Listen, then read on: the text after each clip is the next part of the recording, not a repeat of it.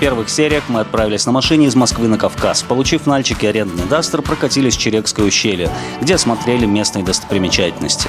Знакомство с Кабардино-Балкарией продолжили на плато Канжол с крутым видом на Эльбрус, осмотром Стоунхенджа и Тызыльского ущелья, а также проездом через живописный перевал Октопрак.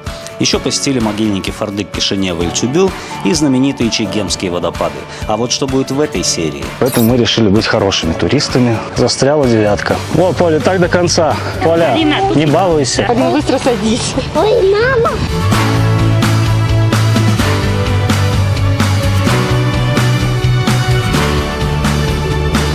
Ох, сейчас у меня эти немцы получат. На самом деле мне вообще не понравилось. Мне сегодня грустно, у меня плохой день.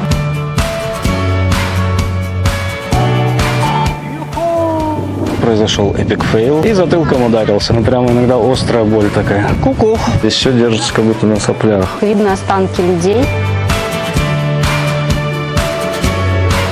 И вот ты представляешь, как это все случилось, и это просто ужасно.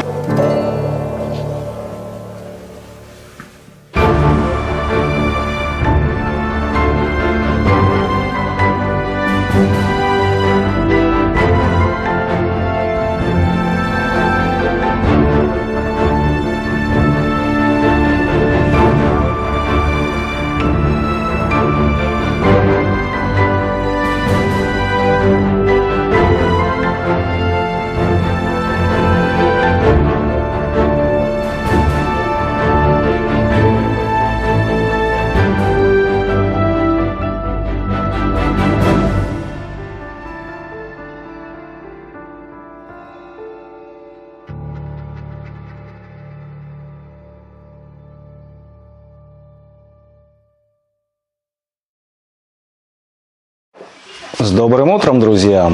Итак, мы переехали в Северную Осетию, в поселок Верхний Феогдон.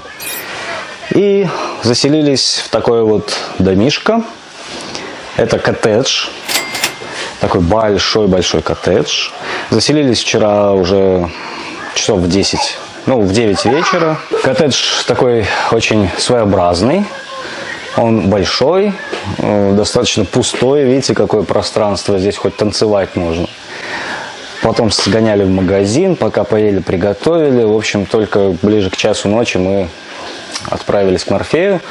И сегодня проснулись хотя в 8, но сейчас уже почти 11. Мы до сих пор не выехали, дай бог, через час выедем. В общем, сборы, разборы – это отдельная история. Всегда почему-то отнимает кучу времени.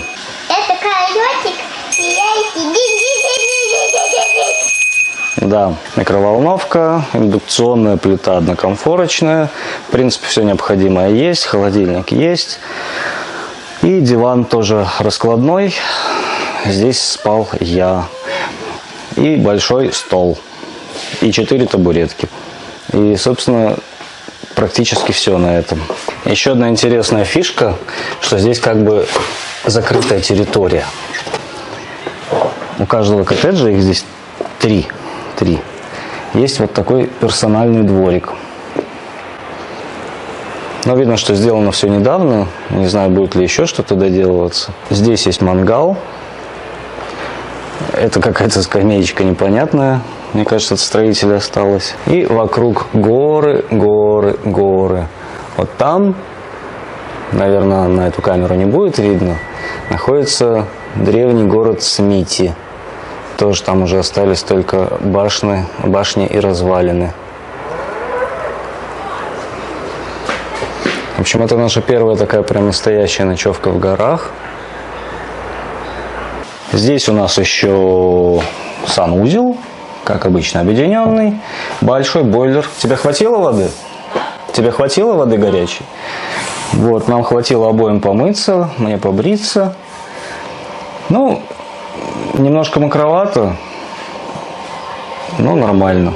Зато тоже просторно. Ребята, я умею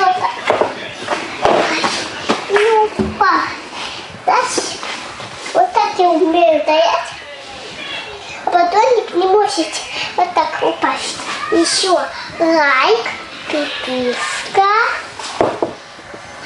Пока! Ну что, друзья, еще раз привет. Привет. Еще раз добрым утром, хотя уже никакое не утро. Ну, так получилось. Зато выспались. Еще, кстати, и не очень выспались, по-моему. Алло. Ну что, мы отправляемся дальше покорять горы Северной Осетии. И по плану у нас Архонский перевал. Поехали. Да. Вот так выглядит этот дом в целом. Вот там 3 двери. Это 3 отдельных входа в коттеджи. Наш был первый. Ну, такое бетонное сооружение. С виду не очень привлекательное. Но было достаточно комфортно. Спасибо этому дому. Едем к другому.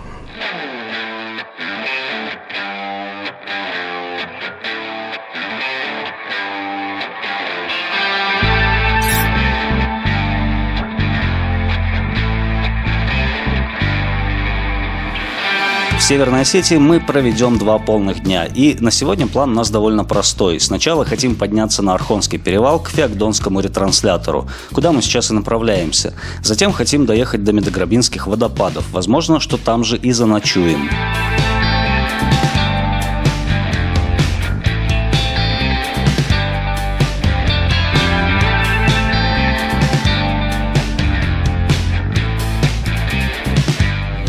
Так, а мы подъезжаем к Алано-Успенскому монастырю. Вроде бы это самый высокогорный православный храм. Не знаю, как в мире. Но вроде бы в России точно. Вот он находится от нас по левую руку. Такое капитальное, симпатичное, красивое даже, можно сказать, сооружение. Вот сюда постоянно привозят группу туристов. Они поднимаются по 128 ступеням. Я на самом деле не знаю, по скольки ступеням они там поднимаются. Ну, в общем, мы его просто обзираем, так сказать. Смотрим. Но по времени у нас нет возможности плотно им заняться, поэтому вот так. Едем дальше. Сразу за селом Харисиджин начинается подъем на перевал. Эта дорога связывает Алагирское и Куртатинское ущелье. Дорога длиной 22 километра имеет грунтовое покрытие.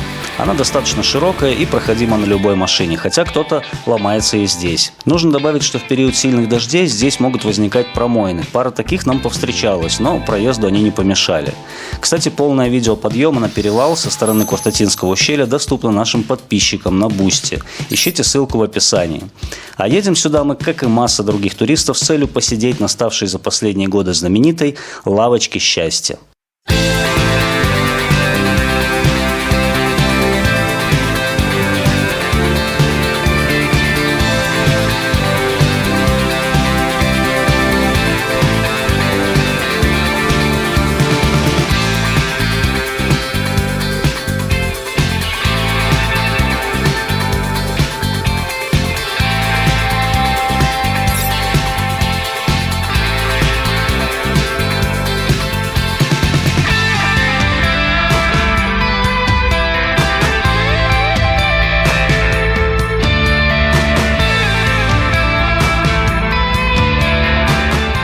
Ну вот мы доехали до Архонского перевала, это вершина дороги основной. И дальше есть дорожка, которая ведет непосредственно к ретранслятору, где находится лавочка счастья.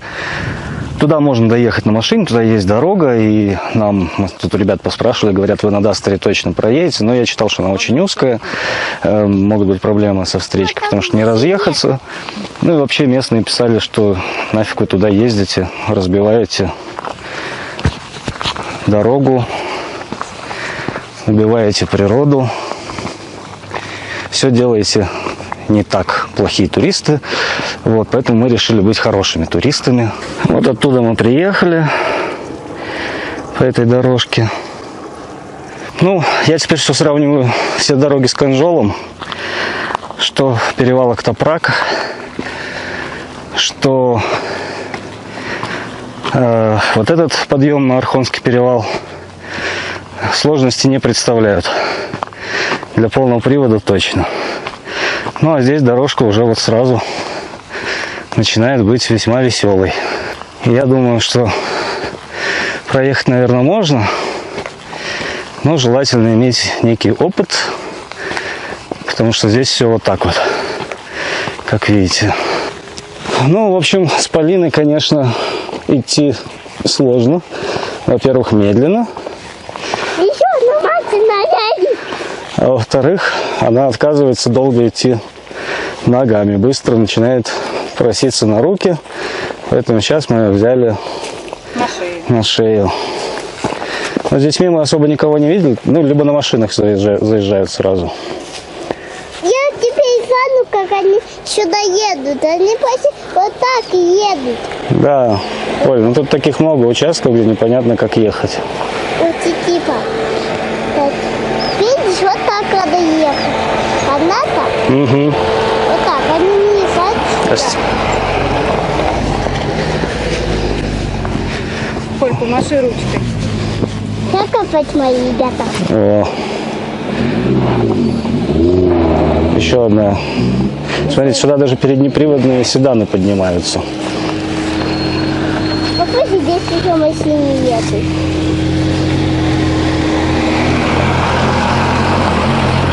Мама, они тоже меняют всех. Тоже. Они тоже меняют всех. Не как другие ящики. Вот такие пироги. Вот за мной застряла 9. Это каверзы этой дороги. Мы типа кого-то догоняем даже.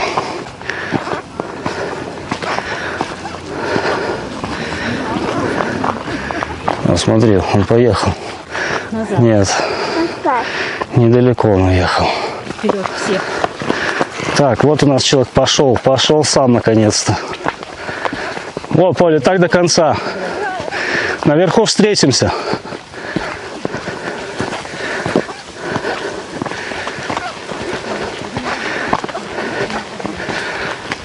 Ну что, товарищи, мы идем уже 33 минуты. И по прогнозам еще 24 идти. Устала? Ну что, друзья, мы практически дошли. Это уже финишная прямая. Вот ретранслятор. И я так понимаю, где вот эти люди. Там где-то и есть. Вон, я, кажется, вижу лавочку счастья. Сейчас мы к тебе подойдем, лавочка. Но вы знаете, красиво. Мы все-таки пришли. Кстати, по времени где-то 1:10 у нас заняла дорога. Но это с Полиной, то есть так бы мы, наверное, минут 50 бы шли. Однако я в своем решении не ехать на машине утвердился, потому что все-таки здесь нужен опыт. Я бы тормозил, я бы не знал, как правильно проехать. И 100% здесь достаточно высокий трафик. Мне начали бы поддавливать спину. Все джиги-то, которые здесь несутся, я бы начал совершать ошибки. Поэтому ну его нафиг, мне так спокойнее. Те, кто собирается написать, что да доехал бы, да на Дастере, да тем более. Нет. Вот я абсолютно уверен, что я поступил правильно. Лайк тебе от нас. Ну вот и лавочка. Только что почти никого на ней не было, но сейчас прибыла компания большая. Так что не знаю, как мы туда теперь попадем. Тестовый поход к лавочке. Потому что не знаем, идти ли с Полиной. Ну, здесь еще ничего. Хотя тоже так уже себе.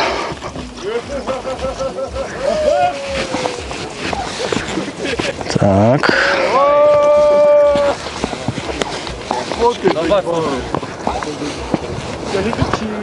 А здесь прям обрывчик.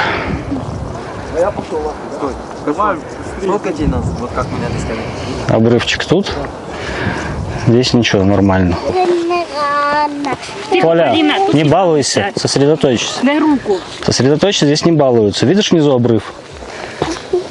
Поэтому не балуйся. Слушай, но она бы не упала. Но не упала же? Да, не упала. Может, ты балуешься. Напоследок. Не торопись. Нет? Мы думали, ты вон там уж. Мы думали, ты домой пошел. Приехал дальше. Мы думали, ты уже на Кутузов. Значит, вставайте сейчас сюда, я, Толь, пока отпускаю руку. Лучше кто-нибудь, давайте. Не, я сейчас, спасибо большое. Давай. Я просто... Давай, иди. О, Оба. спасибо большое. Пожалуйста. Смотри аккуратно. Так, держись. Ну что, пошли на лавочку? За счастье. Я попускай туда. Я вас сфоткаю. Нет, вы садитесь, а я вас сфоткаю. О, мама. Один, быстро садись. Ой, мама. И держись за маму, крепко держись. Мама, какая мама? Где такая? О, мы успели. Тихо, тихо.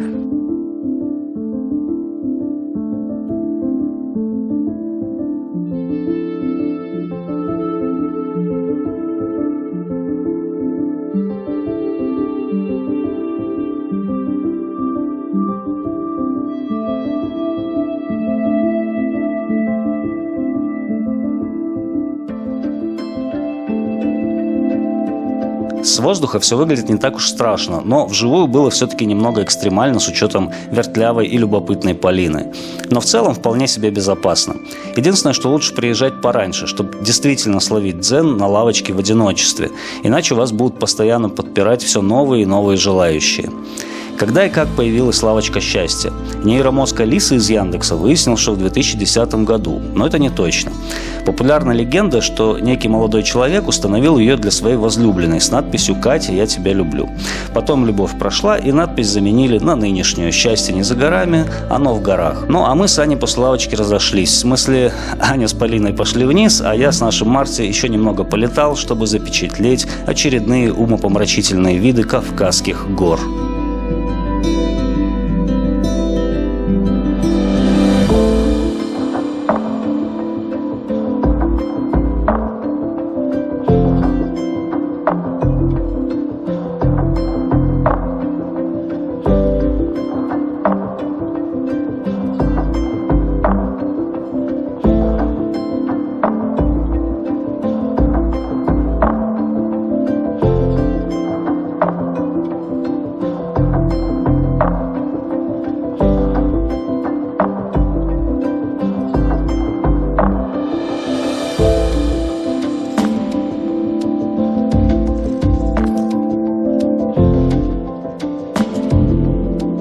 На обратном пути солнце уже начало опускаться, удлиняя тени и озаряя все красивым и фотогеничным светом. А еще нам повезло увидеть, как из ничего возникают и также в никуда исчезают облака. Куртатинское ущелье и Орхонский перевал славятся этими природными явлениями.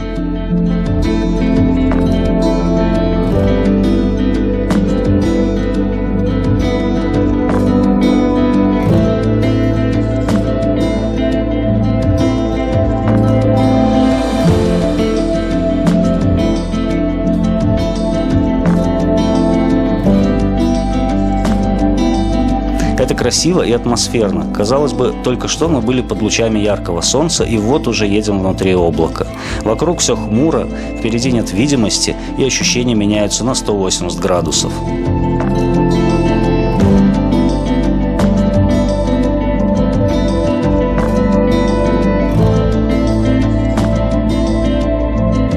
Спустившись в Феогдон, закупаемся продуктами и едем к Медограбинским водопадам. В горах солнце исчезает быстро, скрываясь за горными вершинами. Понимаем, что в этот день уже вряд ли что-то посмотрим. А жилья на предстоящую ночь у нас нет. У водопадов же есть неплохие места под ночевку в палатке. Убеждаю Аню провести эту ночь на природе, и мы срочно выдвигаемся на Какадурский перевал, чтобы успеть поставить лагерь до темноты. Дорога через перевал представляет собой грунтовый хайвей. Широкая, хорошо разравненная. Движение по ней довольно активное. Связывает Куртатинское ущелье и Даргавскую котловину. Наивысшая точка около 1750 метров над уровнем моря. В селе Фазикау сворачиваем в Медограбинское ущелье. До водопадов нужно проехать еще чуть больше 7 километров. Сначала едем между небольших холмов, а после погранпункта попадаем в широкую и практически ровную по высоте долину. Сумерки, стелящийся туман, практически полное отсутствие людей и машин, а также ожидание ночевки под открытым небом вызывает волнительное ощущение. Хотя у меня и Ани эти волнения немножко различались.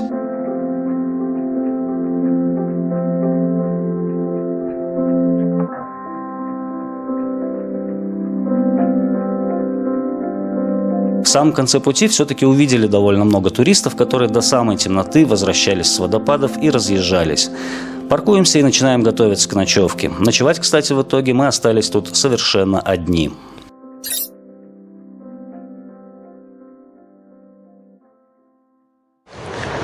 Дамы и господа, у нас ночевка в палатке на Мидограбинских водопадах. Вон он водопад.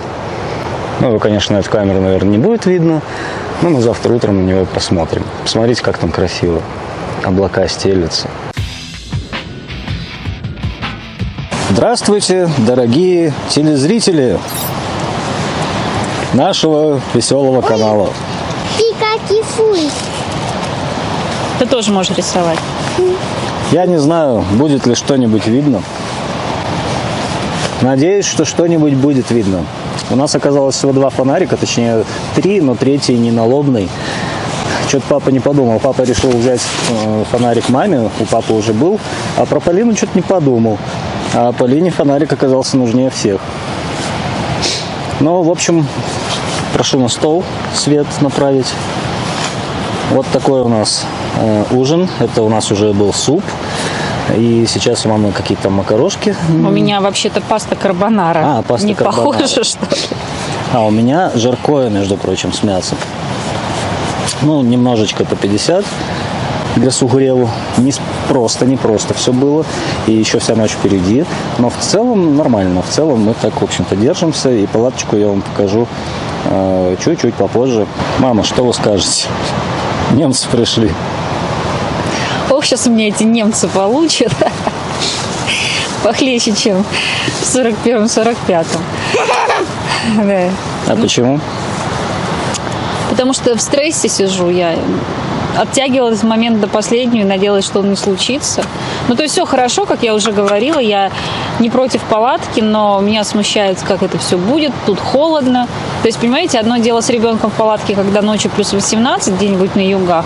Другое дело, когда, так я чувствую, здесь будет под утро плюс 6.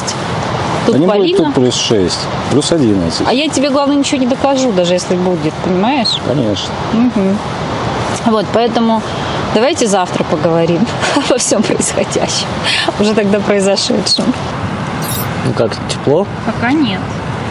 Серьезно говорю, вообще не тепло. Ну, вот такая у нас палаточка. Старая добрая МСР Эликсир 2. Вот, скажите всем спокойной ночи. Спокойной ночи. Папа, Мося. Здесь буду спать я. Мы здесь втроем попытаемся поместиться. У нас 2 огромных спальника. Туристический коврик двухспальный. А это я, друзья. Я все это придумал, я все это затеял. Ой, тут кто-то ворочается. Ну все, в общем. Ой, что ж такое-то? Все, товарищи, пока. До утра.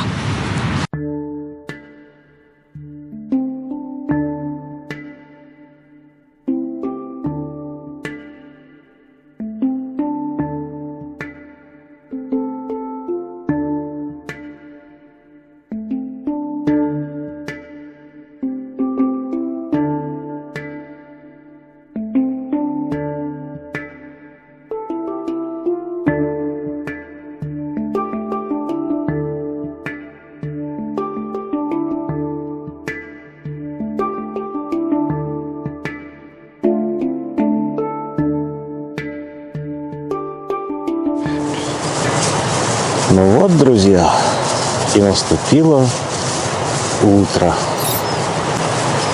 И у нас завтрак. С добрым утром. Ну, зрители наши ни при чем. Зрителям я улыбаюсь искренне. Но на самом деле мне вообще не понравилось, честно вам скажу. Вот как я не хотела, так мне все и не пошло. Я сразу скажу, что мне все понравилось. Да. Просто, понимаете, в чем дело? На самом деле очень холодно. Ну, то есть, я не знаю, никаких тут плюс 12 подавно нет, это понятно. Вот. И водопад замерз. Водопад замерз. Значит, с Полиной спать. Она, конечно, там с радостью пошла в палатку, я ее утеплила, шапку надела. Значит, человек постоянно пытался вылезти из спальника. Мы с ней спали в одном спальнике вначале, вдвоем. Она постоянно со спальника уезжала куда-то вверх и оказывалась вне спальника. То есть даже под ней его не было. Шапку она пыталась снять, ноги она пыталась свои оттуда вытащить. В общем, я полночи провела в непонятном режиме. То есть это был не сон, это было постоянное вздрагивание от ее любого шороха, чтобы проконтролировать ее действия. Потом я вообще вылезла из спальника, я поняла, что это нереально. Подоткнула там все под нее, легла там у них в ногах. Просто на спальнике сверху. Вот, конечно, мне было потом свежо. Андрей потом проснулся, меня забрал в свой спальник. Как бы было тесно, но тепло. Но у нас такие широкие спальники. Да, но, короче, смысл в том, что всю ночь я провела в каком-то тревоге, я не спала, я не выспалась, у меня болит голова. Вот. Полина еще спит, но я надеюсь, как бы, что все будет нормально, без последствий ночь прошла, но очень бодряще. То есть не тепло. И, честно сказать, я вообще не насладилась романтикой, как это могло бы быть. То есть вчера луна была красивая, но это было видно, даже у нас в палатке было светло, как она светила. Я ее не видела, потому что я решила не выходить уже, не дергать лишний раз Полину. Вот. Ну, в общем, короче, все у меня сегодня не так. Как Полина сидит, когда расстроена, и говорит: у меня сегодня плохой день. Грустный. Грустный день. Мне сегодня грустно. Мне сегодня грустно, у меня плохой день. Так как нам вчера пришлось из-за того, что уже было достаточно поздно, нам пришлось срочно покинуть Феогдон и рвануть сюда. Потому что я слышал, что здесь неплохие места для палатки. Сейчас мы поедем туда обратно, закрывать, просматривать те точки, которые были запланированы, но вчера не были посещены. Вот такие дела. Продолжаем наше путешествие, наше приключение. Оставайтесь с нами, подписывайтесь на канал. Еще что делаете? Лайки ставьте и комментарии пишите. Ну а на сами водопады мы решили не ходить ради экономии времени. Поэтому воспользуемся техническими достижениями и попробуем посмотреть на них с воздуха. Вообще, в долине водопадов, как еще называют Медограбинское ущелье, их более 50. Но 8 наиболее популярных расположены в самом верховье ущелья. Если бы мы все-таки решили пойти на своих двоих, то, не доходя даже до самого высокого водопада Зейгалана, мы бы потратили на это несколько часов. Тропа каменистая, сначала вроде очевидная, а дальше, как пишут, нужно идти чуть ли не по самой реке. Ну и в конце крутые подъемы. Кто из водопадов, я не очень разобрался. По правой стороне от направления движения дрона вроде бы находятся зеленые. А на более суровой каменной стене, кажется, расположены водопады Хрустальные, Тахкадон и Зейгалан. Последний, высотой около 650 метров, считается едва ли не самым высоким в России и одним из высочайших в Европе и мире. Правильно ли я определил название неспадающих водных потоков, знающие люди, дайте, пожалуйста, знать в комментариях.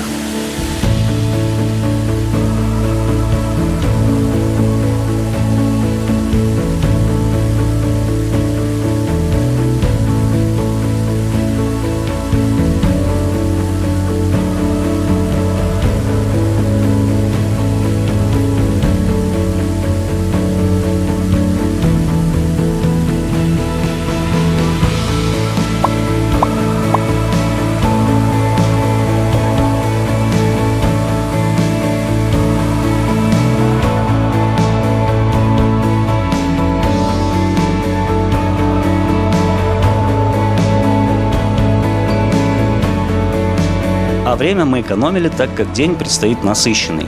Сначала мы хотим вернуться в Феогдон, попутно просматривая арт-объекты на Какадурском перевале, затем подняться до древнего села Цмети. Потом все по тому же Какадурскому перевалу доехать до знаменитого города мертвых в Даргавсе. Далее нас ожидает печально известное Кармадонское ущелье, а ночевать поедем во Владикавказ.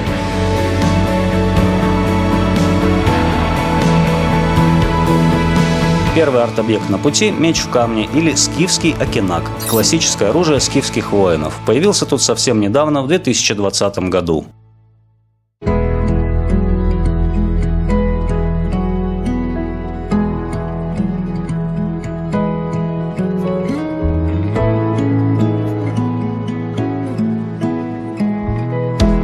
В селе Фазикао возвращаемся на Какадурский перевал. Под ярким солнцем он выглядит гораздо приветливее, чем вчера вечером.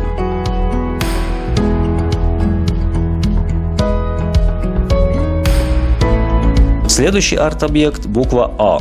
Не знаю, как получилось у меня, но это что-то среднее между буквами А и О. Например, так звучит безударное О в слове «коза» или безударное А в слове «баран».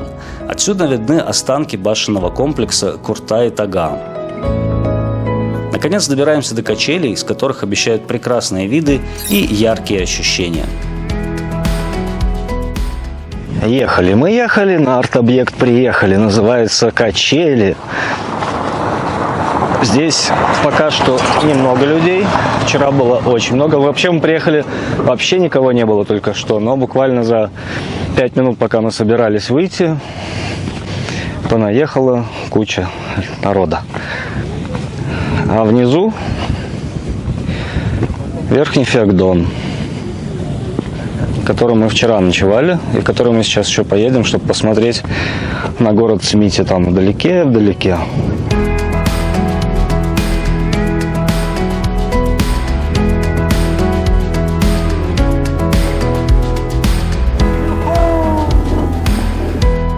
Качели эти действительно принесли яркие ощущения в самом натуральном физическом смысле. Дело в том, что сидушка на них не является жестко закрепленной и очень легко вращается вокруг своей оси. Садиться на нее нужно очень осторожно и сразу же крепко держаться за канаты, к которым она привязана. Ну вот такие эти качели. Когда я первый раз попытался на них забраться, произошел эпик фейл.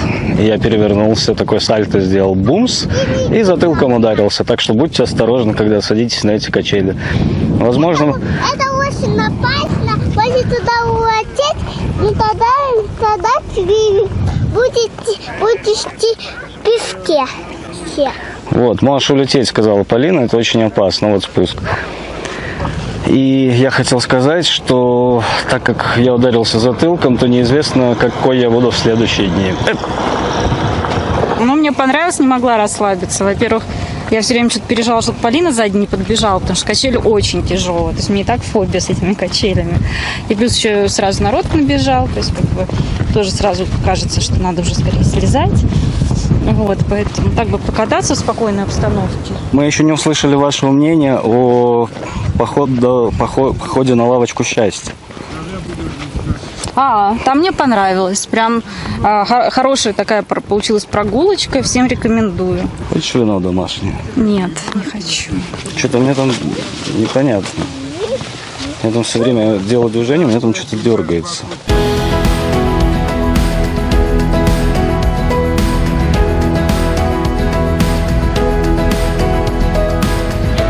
А это башня Курта-и-Тага. По легенде, так звали братьев, которых считают родоначальниками куртатинского и тагаурского общества ситинского народа. С башни отлично просматривались сразу 3 ущелья. Предположительно, постройки датируются 16 или 17 веками.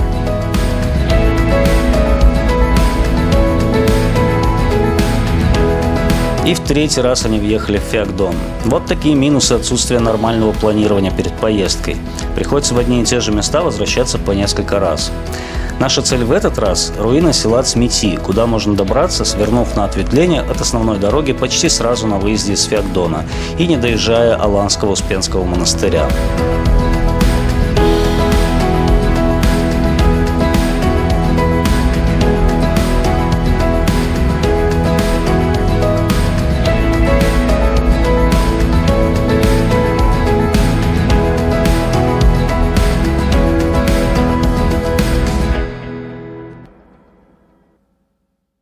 Ну а теперь, друзья, мы приехали на руины древнего села Цмити. Полина говорит, что здесь призраки живут. Вот башни. И нам туда нужно подниматься. Там вот тропиночка идет. Очень сегодня тепло. Сегодня прям жара. И МЧС прислала предупреждение, что высокая пожарная опасность. Чрезвычайно. Чрезвычайная даже. Ну а там Феогдон. А у меня после падения жутко болит вот здесь. Не понимаю, что там случилось. Дышать тяжело. Не знаю, может, если до Владикавказа доберемся, в травму, что ли, сходить. Проверить, что там со мной. Ну, прямо иногда острая боль такая, пронизывающая. Да, ударение правильно ставить на последнюю «и», то есть Цмети или Цемети. Как говорит Википедия, село, согласно преданиям, было основано в начале XIV века. Здесь можно увидеть боевые жилые башни, а также склепы, некоторые в неплохом состоянии. Причем некоторые местные склепы даже превосходят по своим размерам сооружения в знаменитом некрополе в Даргавсе, куда мы скоро попадем. Кстати, на Кавказе почти каждая башня является фамильной, то есть принадлежит определенному роду. Некоторые из ныне живущих находят строения своих предков и восстанавливают их. Само село, в отличие от того же аула Кюнлюм в Кабардино-Балкарии, который мы посещали в первой серии, оказалось заброшенным по естественным причинам. С течением времени население уменьшалось, люди переселялись в более удобные для жизни места. Тем не менее, до сих пор здесь живут около 2 десятков человек, а кое-кто даже отстраивает новые комплексы и башни.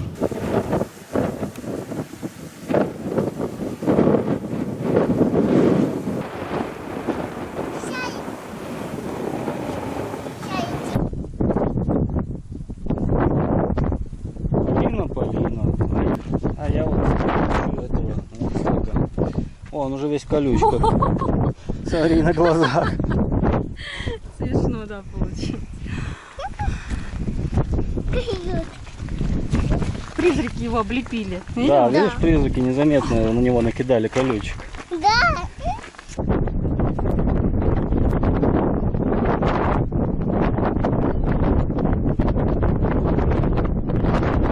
Так, ну и в одну башню есть вход, доступный. И мы сюда решили заглянуть. Я надеюсь, здесь люди не делают всякие гадкие дела. Мне кажется, делают. Ай-яй-яй-яй-яй-яй. Да. Ну, это такая небольшая башня. Смотри, здесь на соплях держится, так страшно. Вот этот вот камень, смотри. Да, посмотрите, здесь все держится как будто на соплях. Очень хочется вылезть.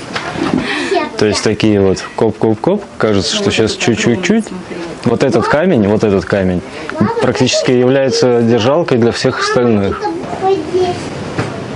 Мама, я не А там что-то призраки переписываются, письма пишут.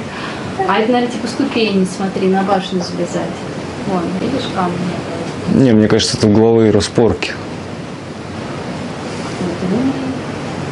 Заканчиваем с селом Цмети. Как вам? Ну, аутентично. Интересно почитать, как тут люди жили, потому что... И самое интересное, вот смотрите, да, совсем небольшой участок, а мы плутали. То есть, что говорить вообще о горной местности, о горных аулах, да, вообще, мне кажется, это для стороннего человека темный лес. Ну, то есть, это я про Кавказские войны, когда описание, ну, за всю историю, да, что когда приходили сюда, ну, даже Юдя. в 19 веке русская армия сюда заходила, да, то, естественно, они тут очень часто одерживали поражение. Потому что, конечно, тут надо быть подготовленным к таким поворотам. Говорю, плутали, не могли найти дорогу, по которой пришли. 3,5 дома, и то разрушено. Пошли. Ну все, едем дальше. Покинув Цмети, проехали в последний раз Феогдон и Какадурский перевал, после чего в селе Фазикал уходим на Даргавс. Это все рядом, мы проехали каких-то 18 километров.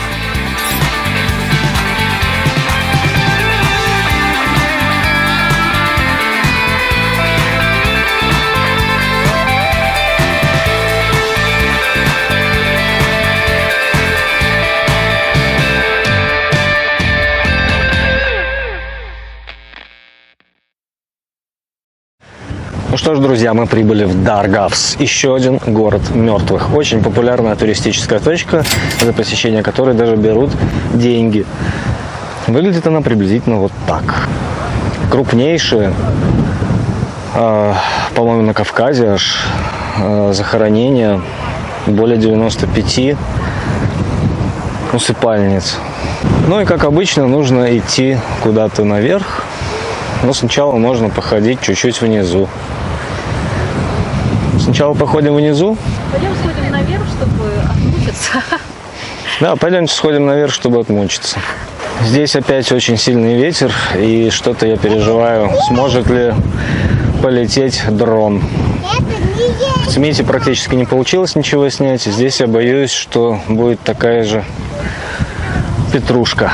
А жаль, конечно, потому что такие места желательно снимать с воздуха, они очень фотогеничны. А еще последствия моего падения очень давят на меня, потому что очень больно в грудине. С мозгами-то вроде более-менее все в порядке. Ку-ку. Ну, почти. А так, да. Не знаю. В общем, что-то путешествие-то под угрозой. Под угрозой. Ой, будем верить в лучшее. Сейчас чуть еще раз не шмякнулся. Еще хочется отметить, что здесь все облагорожено. И здесь проложены настоящие ступеньки. В общем, не заблудишься.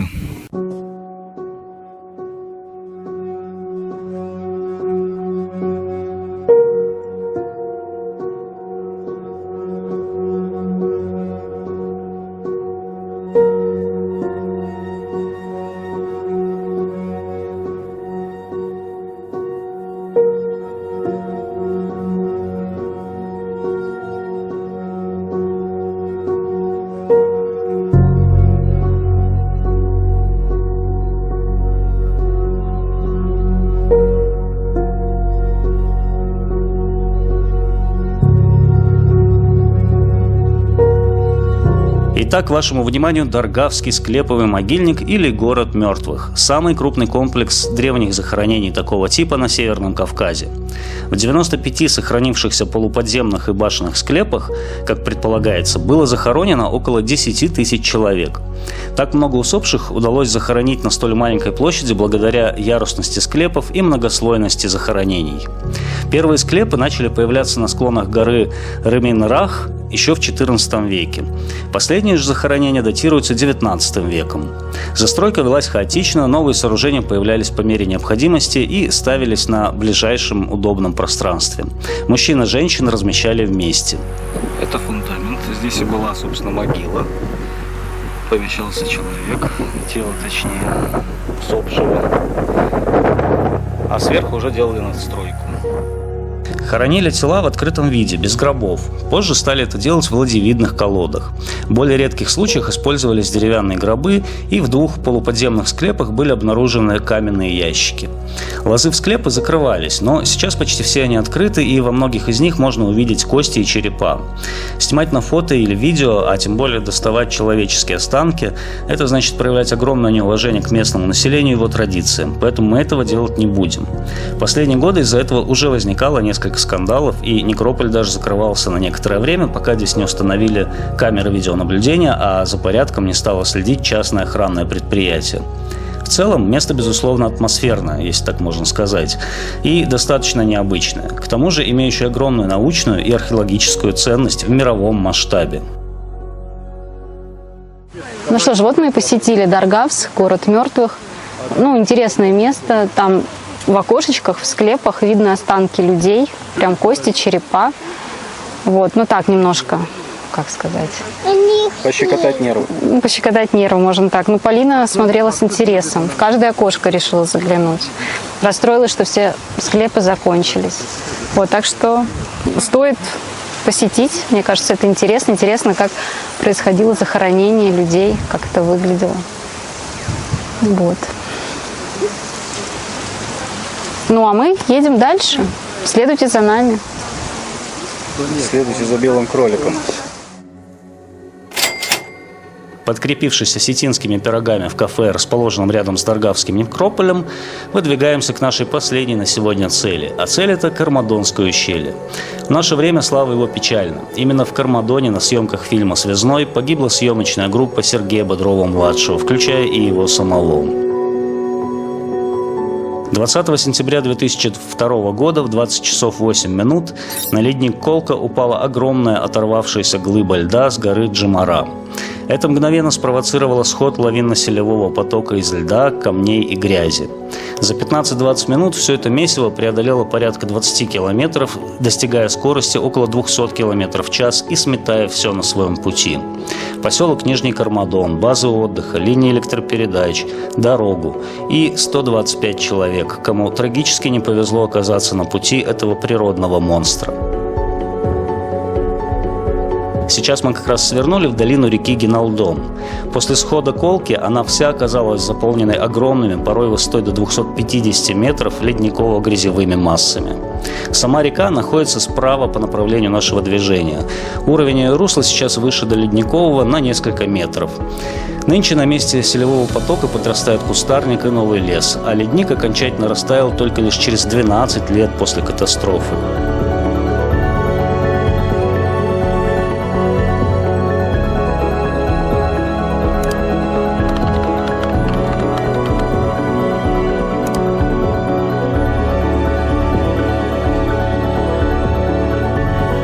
А в этом месте, где раньше была Кармадонская теснина, да и сейчас здесь довольно узко, ледник был остановлен, уткнувшись в почти смыкавшиеся скалы, словно в бутылочное горлышко. Ледник остановился, но дальше прошел все еще сохранявший разрушительную силу сель, не дойдя до расположенного ниже села Гизель с населением в 7 тысяч человек всего несколько километров. Проехать через теснину раньше можно было только благодаря нескольким туннелям. Сейчас же появилась возможность построить дорогу прямо вдоль реки. Настолько расширилось и расчистилось ущелье после схода ледника. На момент съемки дорогу еще строили, а сейчас же она готова и закатана в асфальт. Рядом с одним из туннелей возник мемориал в памяти Сергея Бодрове, его съемочной команде и артистах Осетинского конного театра «Нарт», принимавшего участие в съемках. Ну вот, ребят, мы доехали до заваленного туннеля, места гибели Сергея Бодрова и его съемочной группы. Я честно скажу, что мало что знаю об этой трагедии, в подробностях, скажем так. Когда-то я, кстати, достаточно много читал, когда это все случилось. Было интересно, следил за поисками. Но сейчас вот я подъехал, и я понимаю, что я даже не очень представляю, как это все здесь происходило. Попытался немножко пройти внутрь, в заваленный туннель. Прошел, не знаю, метров 100-150. Там, где уже вот совсем низко становится, присядочку идти нужно, и уже такие обвалы, завалы. Вот, поэтому я сейчас это вам покажу и за кадровым текстом, наверное, расскажу, что и как здесь было, если вы вдруг тоже немножко не в курсе или подзабыли.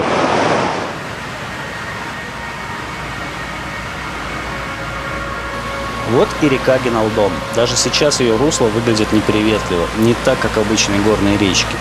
Под этим руслом находится то, что осталось от грязевой массы, твердые породы, камни, спрессованная земля. Отсюда и цвет у реки соответствующий.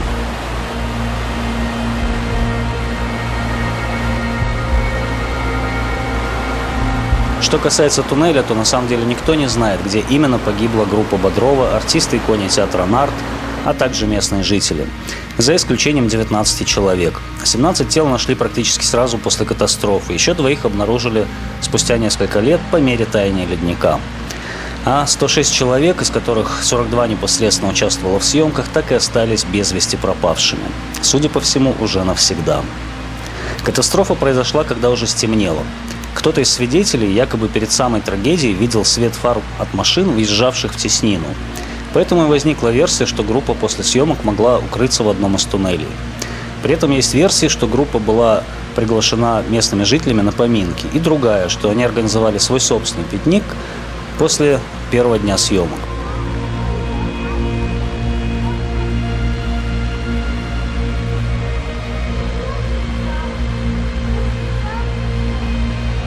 МЧС спустя пару недель отказалась продолжать поиски, понимая их бесперспективность, хотя в дальнейшем и помогала, чем могло.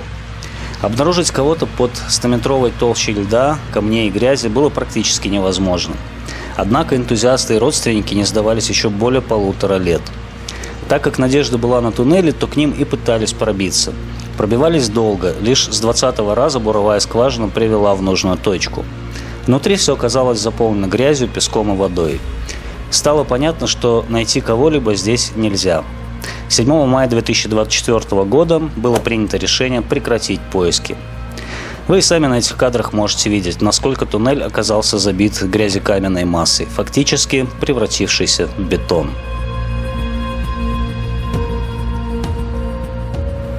Пытаюсь пройти в туннель.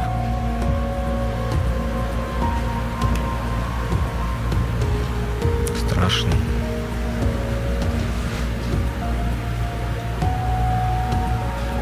Торчит арматура.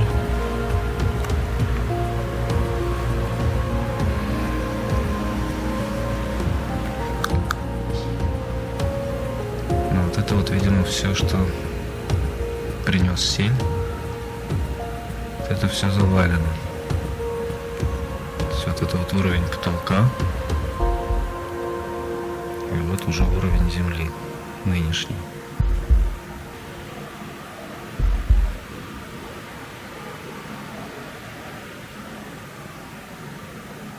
Еще чуть-чуть пройдем.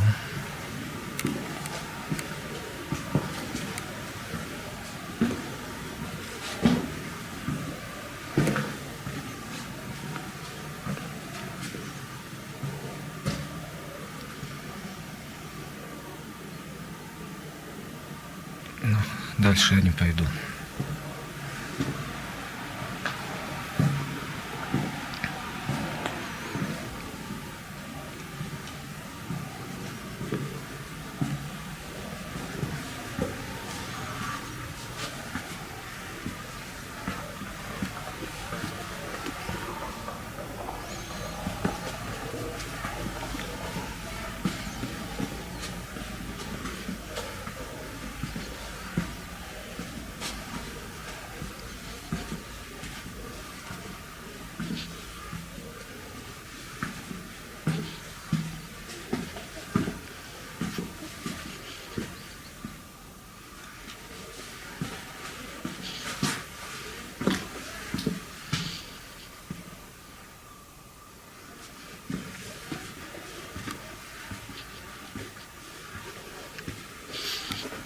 Здесь приходится идти уже в присядку.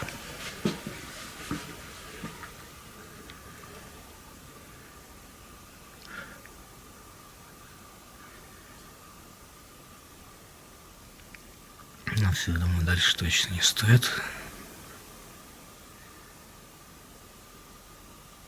Вот остатки.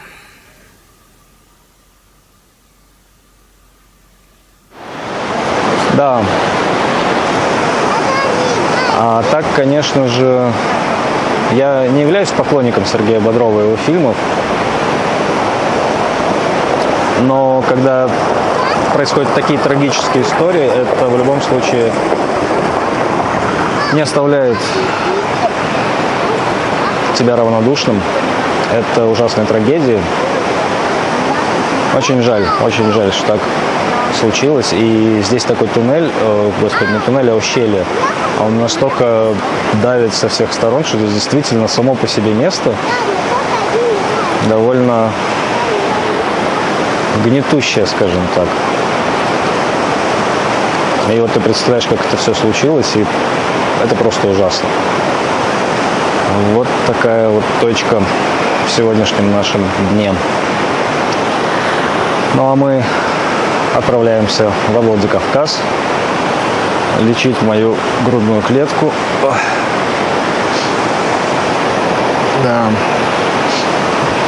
Надо же так упасть с качели. Из разряда отравился печеньками. И дальше посмотрим, как будет складываться наше путешествие. Оставайтесь с нами. Все самое интересное впереди.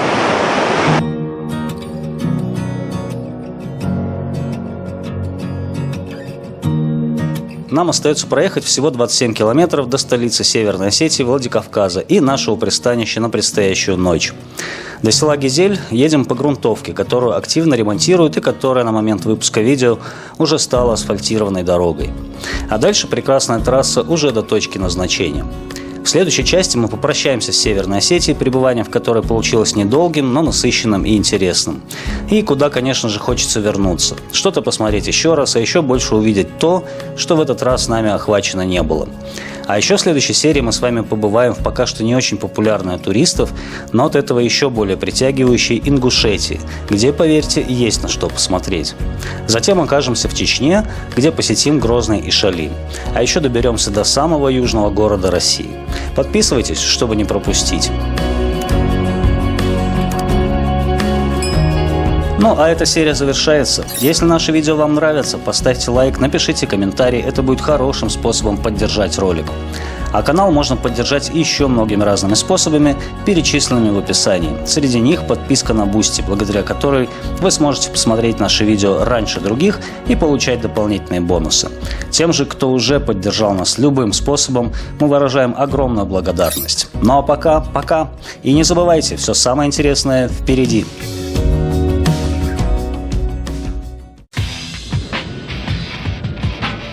Я остаюсь.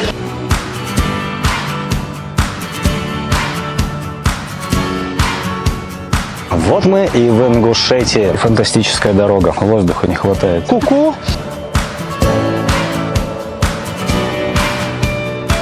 Подъем не очень приятный. Проходит уже прям по очень крутому склону. Ингушетия – это страна башен. В сердце Чечни. Раньше мы эту картинку только по телевизору видели.